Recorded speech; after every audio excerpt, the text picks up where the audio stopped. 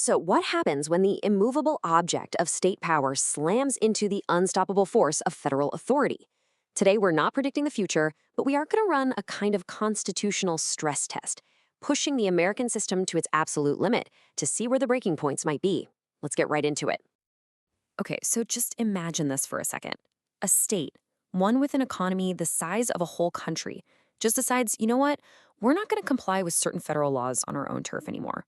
What happens next? I mean, this isn't just a political squabble, it's a direct challenge to the very structure of the United States. Well, before anyone moves a single troop or cuts a single dollar of funding, a fight like this always starts in one place: the courtroom. It's a legal battle that really comes down to two core and honestly kind of contradictory parts of the US Constitution. On one side, you've got Washington's legal ace in the hole, the Supremacy Clause. This thing is about as straightforward as it gets. It basically says that when federal and state laws are in conflict, federal law wins, period. It's the legal glue that holds the whole union together under one set of rules. But then you have the counter-argument. The 10th Amendment is the absolute cornerstone of states' rights. It says, hey, any power that the Constitution doesn't explicitly give to the federal government, well, that power belongs to the states. And this is exactly where a defiant state would plant its legal flag, arguing its actions are covered by these reserved powers. So you can see the conflict right there, plain as day. It is a constitutional tug of war. One side says federal law is supreme, the other says states get to keep their own powers. And honestly, a huge chunk of American history for the last 200+ years has been about the struggle to find the balance between these two powerful ideas. And listen, this isn't just some abstract theory. The Supreme Court has actually weighed in on this. Take this quote from a case called Prince v. United States. What the court essentially said was that the federal government can't just hijack state employees and force them to carry out federal programs. And that precedent? It creates this massive legal gray area that a defiant state would absolutely try to exploit. Okay, so what if the courts can't settle it? What if the legal battle ends in a stalemate? Well, that's when the conflict spills out into the real world. And that's when both sides start looking around for other, more tangible tools of power. And right in the middle of all of it, you've got the National Guard. They become this crucial piece on the chessboard. See, normally, the Guard answers to the state's governor. But the president has the authority to federalize them, which basically means flipping a switch and putting them under federal command. So, the billion-dollar question becomes, who actually controls the Guard? The answer could decide everything. Now, Washington wouldn't just jump straight to using force. There's a pretty clear ladder of escalation they would almost certainly climb. It starts in the courts. If that doesn't work, they hit them where it hurts, the wallet, by withholding federal funds.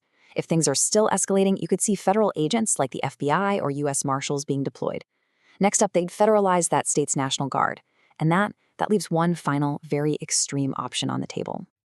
And this is it, the big one. The Insurrection Act.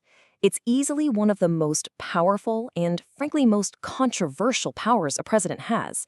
It gives them the authority to deploy active duty U.S. military on American soil to enforce federal law. To even think about using it is to consider the political and constitutional nuclear option. It's the absolute last resort. Of course, a crisis like this would never happen in a neat little political bubble. The economic fallout would be immediate, it would be severe, and it would ripple out far, far beyond that one state's borders. To really wrap your head around the stakes here, you have to get the sheer economic scale we're dealing with.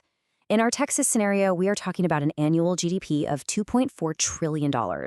Let's be clear, that is not a state economy. That's a global economic powerhouse. And just to put that number into perspective, take a look at this. The economy of this one state is bigger than the entire economy of Canada. It's bigger than the entire economy of Russia.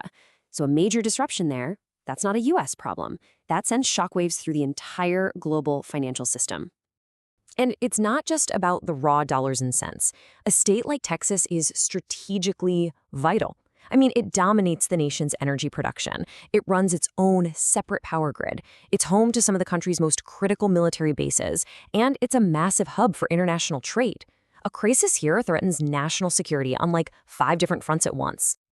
Now, a standoff like this sounds wild, right? Like something straight out of a movie. You might be thinking, has the U.S. ever actually been pushed this close to the brink before? Well, the answer might surprise you. This constitutional fault line, This tension between state and federal power has been tested again and again throughout American history. You can go all the way back to the 1830s, when South Carolina tried to just nullify federal laws it didn't like. Or jump to 1957, when President Eisenhower literally sent the 101st Airborne into Little Rock to force a school to desegregate against the governor's will. And we see echoes of these exact same fights in some of the border disputes happening today. So what's the historical pattern here? Well, in every single one of these major showdowns, federal authority did in the end win out. But, and this is a really important but, these were not clean victories. Each one of these conflicts pushed the entire system to its breaking point and left some pretty deep scars. So all of this brings us right back to our original question, but now we're looking at it through a completely modern lens. What makes a potential crisis today so different from the ones in the past? Well, in the 21st century, the game is just completely different. A crisis today wouldn't unfold slowly, over weeks or months. It would happen in minutes. Financial markets would react instantly. Social media would act like a massive accelerant, spreading information and misinformation at the speed of light. And our intense political polarization would make finding any kind of middle ground or compromise incredibly difficult. Which brings us to the final, and really the most critical question of all. The American system was designed with all these legal and constitutional guardrails meant to handle exactly these kinds of pressures. But in our modern world of instant information and deep, deep political division, are those guardrails still strong enough to hold? That's the real question that a stress test like this forces all of us to think about.